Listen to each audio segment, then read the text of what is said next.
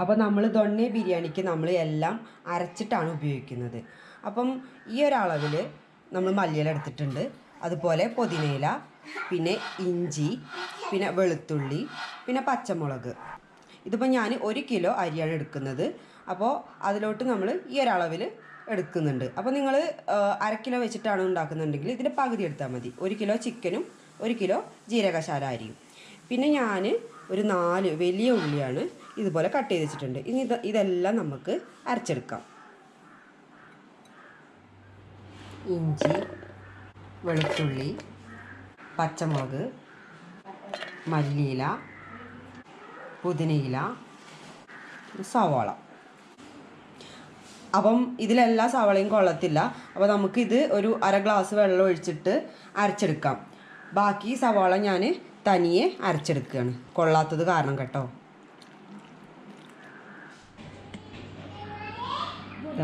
ഇതുപോലെ നന്നായിട്ട് അരയണം കേട്ടോ. ഇനി നമുക്ക് ആ ബാക്കിയുള്ള ഉള്ളിയും കൂടെ ഒരു ഇച്ചിരി വെള്ളം ഒഴിച്ചിട്ട് അരച്ചെടുക്കാം. ഞാൻ ആ ഉള്ളിയും കൂടെ അരച്ചെടുത്തിട്ടുണ്ട്. നമുക്കിതൊന്ന് മിക്സ് ചെയ്ത് വയ്ക്കാം.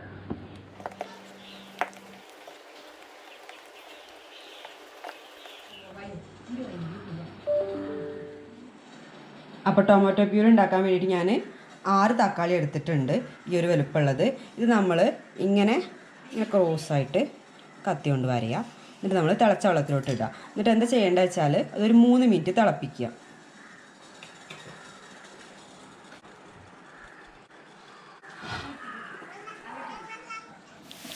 നമുക്കിനി ബിരിയാണി മസാല തയ്യാറാക്കാം.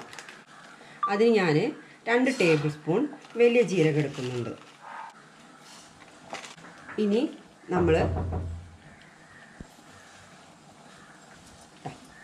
1 ടേബിൾ സ്പൂൺ ചെറിയ ജീരകം, പിന്നെ നമ്മൾ 3 ടേബിൾ സ്പൂൺ മല്ലിയാണ്, പച്ചമല്ലി. ഈ 4 വറ്റൽമുളക് എടുത്തിട്ടുണ്ട്. അതുപോലെ ഗ്രാമ്പൂ ഒരു 5-6 ഏലക്കായ, ഈ ഒരളവിൽ ജാതിപത്രി, പിന്നെ കറുവപ്പട്ട ഈ ഒരളവിൽ, പിന്നെ സ്റ്റാർ അനീസ് അല്ലെങ്കിൽ തക്കോലം എന്ന് പറയും, അതൊരു 3 എണ്ണം എടുത്തിട്ടുണ്ട്. ജാതിക്ക, പിന്നെ ബേ ലീഫ് അല്ലെങ്കിൽ വഴനില എന്നും പറയും, ഇട്ടിട്ടുണ്ട്. ഇനി നമുക്കിത് എന്ത് ചെയ്യണമെന്നോ റോസ്റ്റ് ചെയ്തെടുക്കണം. ഒരു ലോ ഫ്ലെയിമിലിട്ടിട്ട് നമുക്കിത് റോസ്റ്റ് ചെയ്തെടുക്കാം. അത് കരിയാതിരിക്കാൻ വേണ്ടിയിട്ടാണ്. അപ്പം ഒരു മണവും വരും, പിന്നെ നമ്മുടെ പെരിയ ജീരകത്തിൻ്റെ ഒക്കെ ഒരു കളറ് മാറിത്തുടങ്ങും ചെറുതായിട്ട്. അപ്പം നമുക്കിത് ഫ്ലെയിം ഓഫ് ചെയ്തിട്ട് പൊടിച്ചെടുക്കാം. ഇതാണ് നമ്മുടെ ബിരിയാണിക്ക് വേണ്ട ബിരിയാണി മസാല, നമ്മുടെ ദൊണ്ണെ ബിരിയാണിക്ക് വേണ്ടത് കേട്ടോ. അപ്പോൾ തക്കാളി ഒരു 3 മിനിറ്റ് തിളച്ചിട്ടുണ്ട്, ഇത്ര മതി. നമുക്കിനി ഇത് ഫ്ലെയിം ഓഫ് ചെയ്യാം. എന്നിട്ട് തണുത്തിട്ട് ഇത് അരച്ചെടുക്കാം. അതിൻ്റെ തൊലിയൊക്കെ കളഞ്ഞിട്ട് വേണം നമുക്കിത് അരച്ചെടുക്കാൻ വേണ്ടിയിട്ട്. നമുക്ക് ബിരിയാണി ഉണ്ടാക്കി തുടങ്ങാം. അപ്പോൾ ഞാൻ വെളിച്ചെണ്ണയാണ് ഉപയോഗിക്കുന്നത്. ഏകദേശം ഒരു 100 ml വെളിച്ചെണ്ണ നമുക്ക് ഒഴിച്ചു കൊടുക്കാം. ഇനി നമ്മൾ ഈ എണ്ണയിലോട്ട് ചിക്കൻ ഇട്ട് കൊടുക്കുകയാണ്. നമ്മൾ മസാലയൊന്നും പുരട്ടുന്നില്ല, അങ്ങനെ ഈ ചിക്കൻ ഇട്ട് കൊടുക്കുന്നതാണ്.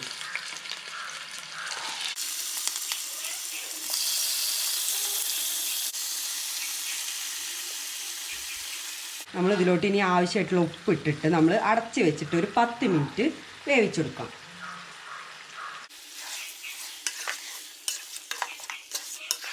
നമുക്കിതൊരു മീഡിയം ഫ്ലെയിമിലിട്ടിട്ട് ആണ് വേവിച്ചെടുക്കേണ്ടത്. അപ്പോൾ ഈ ടൈമിൽ നമ്മൾ എന്താ ചെയ്യേണ്ടത് വെച്ചാൽ, വേറൊരു കാര്യം കൂടെ എന്താ വെച്ചാൽ, നമ്മുടെ അരി അത് കഴുകിയിട്ട് ഒരു അരമണിക്കൂർ വെള്ളത്തിൽ കുതിർക്കാൻ വെക്കുക. അപ്പോഴേ അതൊരു കറക്റ്റ് ആ ഒരു ടൈമിങ് ശരിയാകത്തുള്ളൂ. നേരിട്ട് നമ്മൾ 1 കിലോ അരി അങ്ങ് എടുത്താൽ ആ വെള്ളത്തിൻ്റെ കണക്ക് നമുക്ക് എടുക്കാൻ കുറച്ച് പാടായിരിക്കും. കാരണം അതിൽ പ്യൂരിയും ആ മസാലയൊക്കെ വരുന്നതുകൊണ്ട് ഒരു ഇച്ചിരി വെള്ളം നമ്മൾ കുറവാക്കിയിട്ടാണ് ഒഴിക്കുക. അപ്പോൾ പാത്രത്തിൻ്റെ കണക്കെടുത്ത് അത് കിട്ടില്ല. ഗ്ലാസ് ആയിരിക്കുമ്പോൾ നമുക്ക് ഒന്നുകൂടെ വെള്ളത്തിൻ്റെ അളവെടുക്കാൻ എളുപ്പമാണ്. അപ്പം ഒരു 10 മിനിറ്റായി. ഇനി നമുക്കിതിലോട്ട് പൊടികളൊക്കെ ഇട്ട് കൊടുക്കാം. ഒരു 1/2 ടീസ്പൂണ് ജീരകം പൊടിച്ചത്, പിന്നെ ഒരു 3 ടീസ്പൂണ് നമ്മൾ തയ്യാറാക്കിയ ബിരിയാണി മസാല, പിന്നെ ഒരു 2 ടീസ്പൂണ് കുരുമുളക് ചതച്ചത്, പിന്നെ നമുക്ക് ഒരു 3/4 ടീസ്പൂണോളം മഞ്ഞൾപ്പൊടി ഇട്ട് കൊടുക്കാം. എന്നിട്ട് നന്നായിട്ട് മിക്സ് ചെയ്യാം. ഒരു 1/2 ടീസ്പൂണ് മല്ലിപ്പൊടി,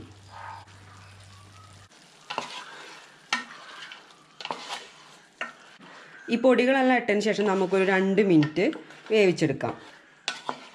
ഒരു ഹൈ ഫ്ലെയിമിൽ തന്നെ നമുക്ക് വേവിച്ചെടുക്കാം. അപ്പം ഇനി നമ്മൾ ടൊമാറ്റോ പ്യൂരി ഒഴിച്ചു കൊടുക്കുകയാണ്. ഇത് ഒഴിച്ചു കൊടുത്തിട്ട് നമുക്ക് അതുപോലെ തന്നെ ഒരു 5 മിനിറ്റ് വേവിക്കാം. ഇതിൻ്റെ ഒരു പച്ച കുത്ത് പോവാനാണ്.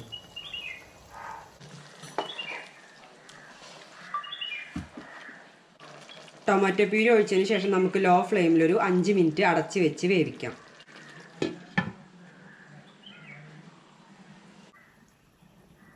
ഇപ്പം ടൊമാറ്റോ പ്യൂരി ഒഴിച്ചിട്ട് ഒരു 5 മിനിറ്റായി. ഇനി നമ്മുടെ അരപ്പില്ലേ, നമ്മൾ ആ പുതിനയിലൊക്കെ ഇട്ടിട്ട് അരച്ച അരപ്പ് അത് ചേർത്ത് കൊടുക്കുകയാണ്.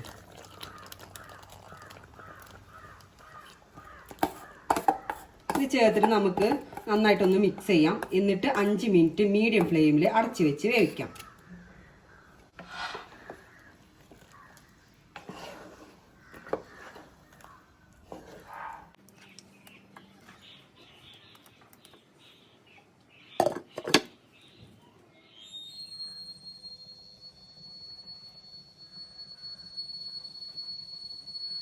ഇപ്പം നമ്മൾ ആ പേസ്റ്റ് ഒഴിച്ചിട്ട് ഇപ്പോൾ 5 മിനിറ്റ് വേവിച്ചു. നമുക്കിത് തുറക്കാം. നമ്മൾ ചെയ്യുന്നത് എന്താ വെച്ചാൽ ഇതിലോട്ട് വെള്ളം ഒഴിച്ചു കൊടുക്കുകയാണ്. നമ്മുടെ അരി വേവാൻ ആവശ്യമായിട്ടുള്ള വെള്ളം. അപ്പം നമ്മളിപ്പം 4 ഗ്ലാസ് അരിയിൽ എടുത്തിരിക്കുന്നത്. അപ്പം ഞാൻ 7 ഗ്ലാസ് വെള്ളം എടുത്ത് വെച്ചിട്ടുണ്ട്. അത് നമുക്കിതിലോട്ട് ഒഴിച്ചു കൊടുക്കാം. ഇപ്പം ഉപ്പ് കുറവായിരിക്കും, നമുക്ക് ഉപ്പ് ഇട്ട് കൊടുക്കാം. ഉപ്പ് നമ്മൾ ഇട്ടിട്ട് ടേസ്റ്റ് ചെയ്ത് നോക്കണം. അപ്പോൾ കുറവാണെന്നുണ്ടെങ്കിൽ അതിനനുസരിച്ച് ഇട്ട് കൊടുക്കുക. ഇളക്കിയിട്ട് നമുക്കിതിൻ്റെ ഉപ്പൊന്ന് പാകാണോ നോക്കാം.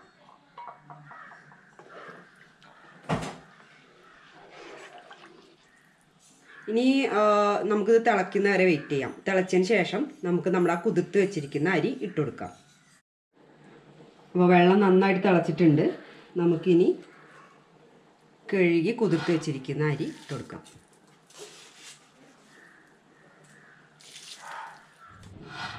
അരി ഇട്ട് കൊടുത്തതിന് ശേഷം നമുക്കൊന്ന് ഇളക്കി കൊടുക്കാം. എന്നിട്ട് ഇത് നന്നായിട്ട് തിളയ്ക്കുന്ന വരെ വെയിറ്റ് ചെയ്യാം. അതായത് ഒരു 2 മിനിറ്റൊക്കെ നമുക്കൊരു ഹൈ ഫ്ലെയിമിൽ ഇത് തിളച്ചോട്ടെ. അതിന് ശേഷം നമുക്ക് അടച്ച് വെച്ചിട്ട് ലോ ഫ്ലെയിമിൽ ഒരു 15 തൊട്ട് 20 മിനിറ്റ് വരെ നമുക്ക് വേവിച്ചെടുക്കാം.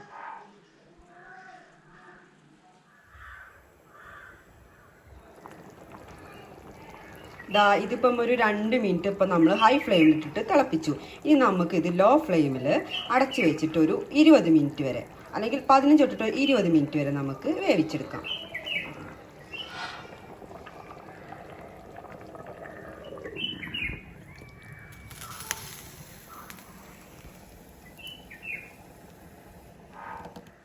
അപ്പം 20 മിനിറ്റായി നമ്മൾ അടച്ച് വെച്ചിട്ട് നമ്മുടെ ബിരിയാണി വെന്തിട്ടുണ്ട്. തുറന്ന് നോക്കാം.